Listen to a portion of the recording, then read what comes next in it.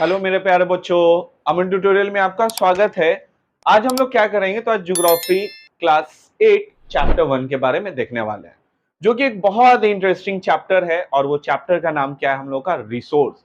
Resource का मतलब क्या होता है? रिसोर्स का मतलब होता है संसाधन। अर्थात कि जो भी चीजें हमारे लिए क्या हो, इंपॉर्टेंट हो, मतलब हमारे वो नीड्स को सेटिस्फाई कर देगा, तो वो मेरा क्या होगा? तो रिसोर्स हो जाएगा। अब जैसे ये मार्कर है, तो क्या बिना मार्कर के हम ऐसे ऐसे लिख सकते हैं क्या? ऐसे ऐसे ऐसे ऐसे करने की कोशिश भी करें तो वो मेरा नहीं लिखा जाएगा। बट जैसे ही हम मार्कर लेते हैं तो हम क्या कर सकते हैं? ऐसे लिख सकते हैं। तो ये मेरे नीड को सेटिस्फाई किया कि नहीं किया? तो जो भी हमारे नीड्स को यानी हमारी आवश्यकताओं की पूर्ति कर देगा, उसको हम लोग क्या बोलते हैं? रिसोर्स बोलते हैं। अब जैसे सपोज कीजिए कि ये मेरा व्हाइट बोर्ड है। अब व्हाइट बोर्ड पे हम लिख रहे हैं तो थोड़ा आप लोगों को क्या हो रहा होगा? विजिबल हो रहा होगा। तो मेरा आवश्यकता क्या है कि हमें एक बोर्ड चाहिए, क्योंकि मेरे प्यारे बच्चों को, मेरे प्यारे स्टूडेंट को, छात्रों को, छात्राओं को ये क्या हो जाए? तो समझ में आ जाए। तो ये मेरा नीड क्या है? मेरा नीड है कि हमको एक बोर्ड चाहिए जो कि मेरे प्यारे बच्चों को वो समझ में आ जाए। तो क्या ये मेरा बोर्ड जो है वो रिसोर्स होगा कि नहीं होगा? बिल्कुल होगा। अब सेकंड एग्जांपल लेते हैं कि जैसे फैन है। अभी बहुत गर्मी का सीजन चल रहा है, हर जगह जो है वो आदमी निकल रहा है रोड पे, तो कितना डस्ट उड़ रहा है, काइंड ऑफ वार्म एयर, मतलब कि लू चल रहा है। तो अब आदमी क्या करेगा? तो यदि उसको फेस कवर नहीं करेगा, गॉगल्स नहीं लगाएगा, तो उसको क्या हो सकता है? बहुत गर्मी लगेगा। तो वो भी मेरा क्या कर रहा है? हमारे नीड्स, मेरा नीड है कि हमको जो है वो गर्मी से बचाना है। तो हम क्या करेंगे? पूरा आंख मुंह जो है वो आतंकवादी बन जाएंगे। तो जो भी आपके नीड्स को सेटिस्फाई कर देगा, उसको मेरे प्यारे दोस्तों क्या बोलेंगे? रिसोर्स। एंड रिसोर्स को हिंदी में क्या बोलते हैं? संसाधन बोलते हैं। आई होप आप लोग को क्लियर हो गया होगा। रिसोर्स का मतलब क्या होता है कि जो हमारे नीड्स को फुलफिल कर देगा, तो वो मेरा क्या होगा? तो रिसोर्स हो जाएगा। अब जैसे एक एग्जांपल याद आ रहा है कि आप लोग थ्री इडियट का मूवी देखे होंगे, तो उसमें जो है वो आमिर खान से पूछा गया कि व्हाट इज मशीन? तो मशीन क्या होता है? तो जो भी हमारे काम में क्या करे तो वो बचत कर दे, हमारे टाइम में वो बचत कर देगा, तो वो मशीन होगा। तो यही इसी टाइप का रिसोर्स है कि जो भी हमारे नीड्स को सेटिस्फाई कर देता है, उसी को हम लोग क्या बोलते हैं मेरे प्यारे बच्चों? तो रिसोर्स बोलते हैं। रिसोर्स का मतलब क्या हुआ? संसाधन। अब यदि इसके टाइप्स की, हाँ, तो यहाँ पे हम लोग लिख सकते हैं कि सेटिस्फाई,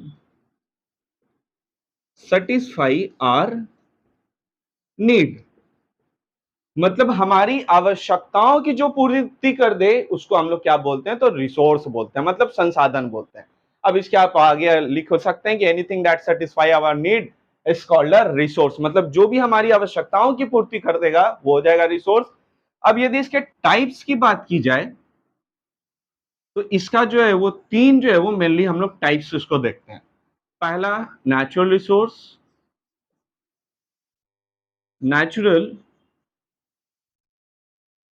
रिसोर्स। दूसरा है मेरा ह्यूमन मेड रिसोर्स।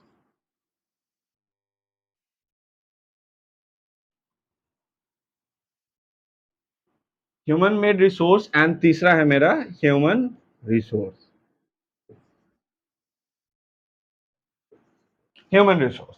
तो इसका जैसे नाम में ही पता है कि नेचुरल रिसोर्स। नेचुरल रिसोर्स का मतलब क्या होता है? नेचुरल, अभी जैसे मैंने क्लास 7 के वीडियो में डाला था, नेचुरल इन्वायरमेंट और ह्यूमन इन्वायरमेंट के बारे में हम लोग वहां देख रहे थे।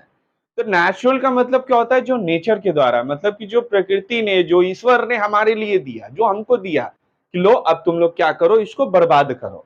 बर्बादी कर रहे हैं, उसको तो आबाद नहीं कर रहे हैं।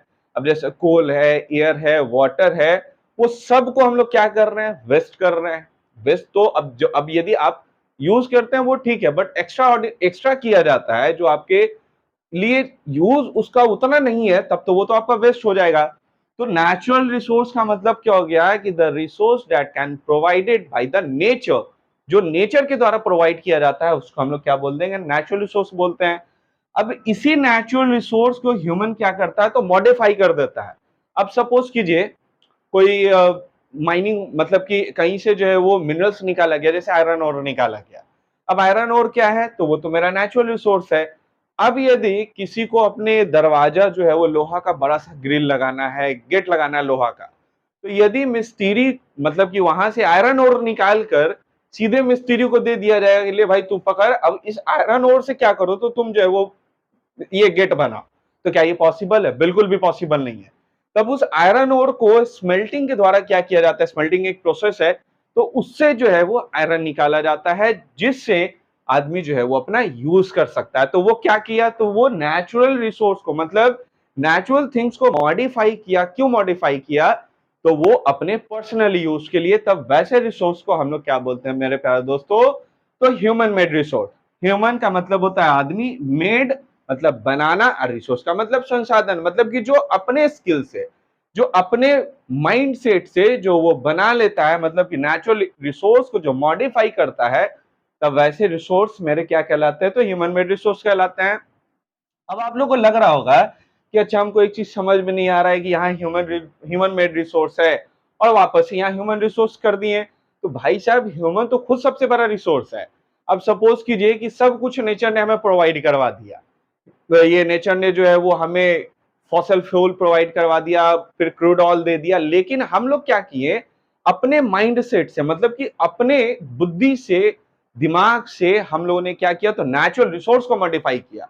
तो सबसे ज्यादा दिमाग वाला तो मॉडिफिकेशन कौन है, कौन इंसान है, तो ह्यूमन ही है।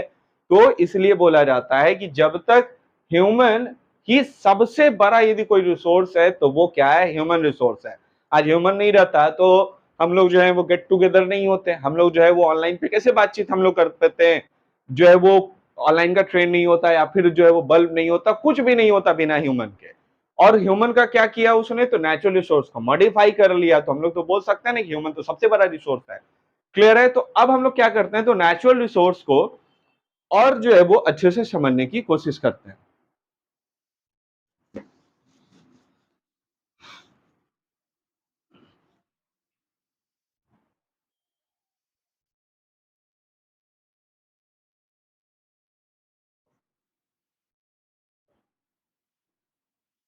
यहां हम लोग क्या करते हैं, तो नेचुरल रिसोर्स को जो है वो क्लासिफाइड करते हैं, मतलब इसको बांटते हैं, जिसमें पहला है मेरा on the basis of,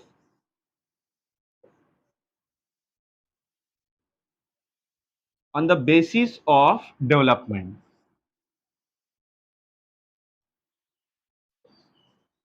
on the basis of development, first इसका क्लासिफिकेशन हम लोग कर रहे हैं on the basis of development. Second हम लोग करते हैं ऑरिजन के अनुसार, किसके अनुसार, ऑरिजन के अनुसार। थर्ड हम लोग करते हैं एग्जॉस्टेबल के अनुसार, exhaustible. And the last one हम लोग करते हैं डिस्ट्रीब्यूशन के अनुसार, डिस्ट्रीब्यूशन। और हाँ, ये मेरा हाथ जोड़ के आप लोग से रिक्वेस्ट है, क्योंकि ये चैप्टर जो है वो बहुत इंपॉर्टेंट है। क्लास 8 में ही आप लोग देखेंगे ये वाटर रिसोर्स पढ़ना होगा, फिर हम लोग को एग्रीकल्चर के बारे में भी पढ़ना होगा। मतलब क्लास 8 और 10 का ज्योग्राफी का चैप्टर बहुत हद तक सिमिलर है। जैसे मैं क्लास 8 में आप लोग को रिसोर्स पढ़ा रहा हूँ, क्लास 10 में भी मैं ही आप लोग को रिसोर्स डेवलपमेंट पढ़ाऊंगा। तो यहाँ पे जब तक आप लोग रिसोर्स नहीं समझेंगे, या फिर कोई भी क्लास 8 का रिसोर्स नहीं पड़ेगा, तो उसको क्लास 10 का रिसोर्स वो माथा पकड़ लेगा, उसको समझ में नहीं आएगा।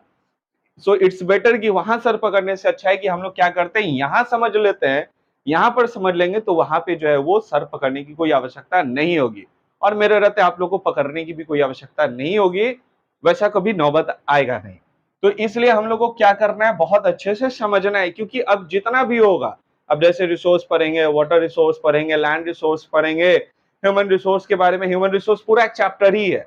तो पहले हम लोग को रिसोर्स के बारे में तो जानना पड़ेगा ना। अब रिसोर्स के बारे में जानेंगे नहीं तो हम लोग को समझ में कहां से आ जाएगा मेरे प्यारे बच्चों। तो हम लोग यहाँ पे क्या कर रहे हैं, तो नेचुरल रिसोर्स को डिवाइड किए, डिस्ट्रीब्यूशन किए, डिवाइड कर दिए, इसको क्लासिफिकेशन कर दिए, जिसमें पहला मेरा on the basis of development. Development का मतलब क्या होता है, कि विकास के अनुसार। तो इसका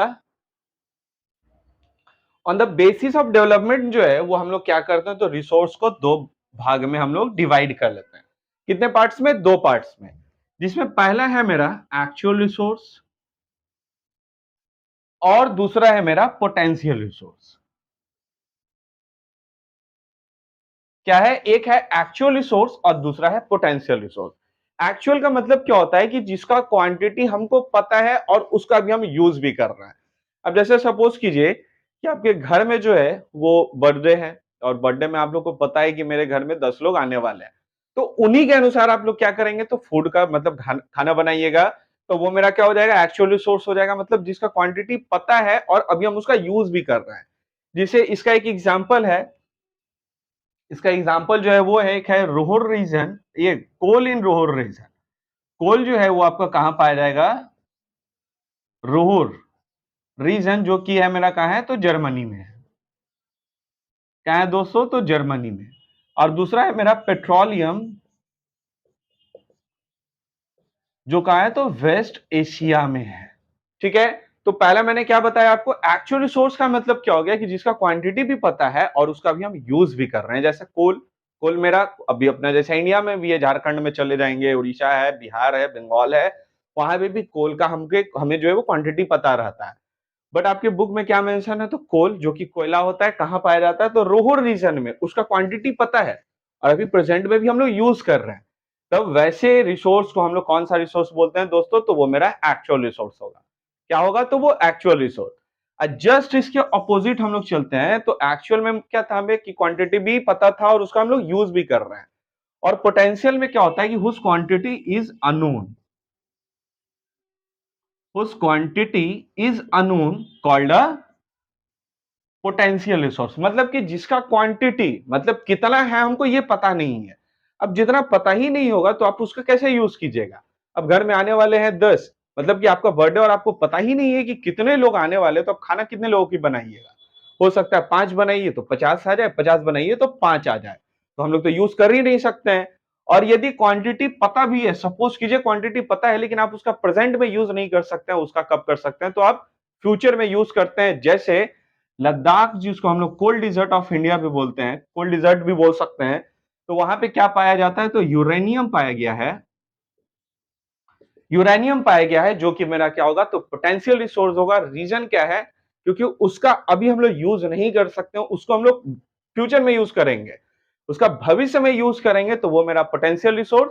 और जिसका अभी यूज करेंगे तो वो होगा एक्चुअल रिसोर्स। अब जिसका भविष्य में शादी होगा वो पोटेंशियल रिसोर्स, और जिसका इसी मंथ इसी डेट को है, आज है, तो वो मेरा क्या होगा, एक्चुअल रिसोर्स। एक्चुअल मतलब आप जिसका क्वांटिटी पता हो और आप यूज करने वाले हैं। और पोटेंशियल का मतलब क्या होता है कि जिसका क्वांटिटी तो सपोज कीजिए कि पता भी है लेकिन आप उसका यूज नहीं कर सकते हैं, तो वो कौन सा रिसोर्स होगा मेरा, तो वो कौन सा रिसोर्स होगा दोस्तों, तो वो पोटेंशियल रिसोर्स होगा। क्लियर है। अब हम लोग देखते हैं कि according to the origin, origin का मतलब क्या होता है। ओरिजिन के अनुसार हम लोग रिसोर्स को दो पार्ट्स में डिवाइड करते हैं। एक होगा मेरा बायोटिक और दूसरा होगा अबायोटिक। बायोटिक और अबायोटिक, बायोटिक का मतलब क्या होता है, लिविंग थिंग। तो जितना भी लिविंग थिंग्स होगा, जिसको हम लोग हिंदी में जैविक और अबायोटिक को अजैविक भी बोलते हैं, तो बायोटिक में क्या होगा, तो जितना भी लिविंग थिंग्स होगा तो वो सब तो क्या है मेरा, वो तो नेचुरल रिसोर्स में ही चला आएगा। अब ह्यूमन थोड़ी जो है वो प्लांट्स को बनाया, ह्यूमन थोड़ी जो है वो एनिमल्स को बना दिया। तो जो भी लिविंग थिंग्स होगा वो मेरा क्या होगा, तो बायोटिक रिसोर्स होगा। And all non living things can be called abiotic resource. Clear है। तो जैसे बायोटिक में क्या होगा, तो प्लांट्स होगा मेरा, और दूसरा मेरा होगा एनिमल्स होगा। अबायोटिक की बात करें तो अबायोटिक में मेरा लैंड है, वाटर है, लैंड वाटर सॉइल है। तो ये सारी चीजें जो मेरा क्या हो, नॉन लिविंग थिंग्स हो, उसको हम लोग अबायोटिक रिसोर्स बोलेंगे। और जो लिविंग थिंग्स हो उसको हम लोग क्या बोलते हैं, तो वो मेरा बायोटिक रिसोर्स होगा। समझ में आया दोस्तों। यहाँ पे मैंने बेसिस ऑफ डेवलपमेंट दो पार्ट्स डिवाइड किया, एक एक्चुअल, दूसरा पोटेंशियल। और रीजन के अनुसार हम लोगों ने दो पार्ट्स में देखा, एक बायोटिक देखा, अबायोटिक देखा। बायोटिक का मतलब क्या हुआ, लिविंग थिंग्स, अबायोटिक का मतलब हुआ नॉन लिविंग थिंग। बायोटिक का मतलब क्या होगा, लिविंग, और अबायोटिक का मतलब होगा दोस्तों नॉन लिविंग। ठीक है, बायोटिक का मतलब लिविंग, अबायोटिक का मतलब हो गया नॉन लिविंग। ये किसके अनुसार हुआ, तो ये मेरा ओरिजिन के अनुसार हुआ। अब थर्ड पार्ट्स हम की बात करें हम लोग, तो एग्जॉस्टेबल, एग्जॉस्टेबल में भी दो पार्ट्स में डिवाइड करते हैं, एक रेन्यूएबल, एक होगा मेरा नॉन रिन्यूएबल। एक होगा रिन्यूएबल, दूसरा होगा नॉन रिन्यूएबल। स्पेलिंग पे मत जाइएगा। Renewable, non renewable. रिन्यूएबल का मतलब क्या होता है कि गेट रिप्लेनिश वेरी क्विकली, मतलब कि जो बनने में उसको समय नहीं लगता है। अब जैसे हम लोग को चिकन बनाना है, तो चिकन बनाना है तो कुकर में बनाएंगे, कढ़ाई में बनाएंगे। तो कुकर में बनाएंगे तो वो फटाक से बन जाएगा। लेकिन जैसे ही उसको बड़ा सा हांडी में बना देते हैं और चूल्हा मेरा है छोटा सा, तो उसको बहुत बनने में ज्यादा टाइम लगेगा। तो जो आपने कुकर में बना दिया और बनाने के बाद वो तुरंत बन जाएगा, वापस से बन जाएगा, तो वो हो गया मेरा रेन्यूएबल। रेन्यूएबल का मतलब हो गया कि गेट रिप्लेनिश वेरी क्विकली, जो बहुत कम समय में बन जाता है। और जिसको बहुत ज्यादा समय लग जाता है वो मेरा होगा नॉन रिन्यूएबल होगा। अब जैसे सोलर एनर्जी की बात करें, सनलाइट की बात करें, तो उससे जो लाइट आता है तो उसका जो हम लोग एनर्जी यूज किए जैसे सोलर सोलर पैनल में यूज करते हैं, तो यदि हम लोग सोलर एनर्जी का यूज करेंगे तो क्या उसको बनने में क्या बहुत समय लग जाएगा क्या? ऐसा तो नहीं है। तो जो मेरा सोलर एनर्जी होगा, वाटर होगा, एयर होगा।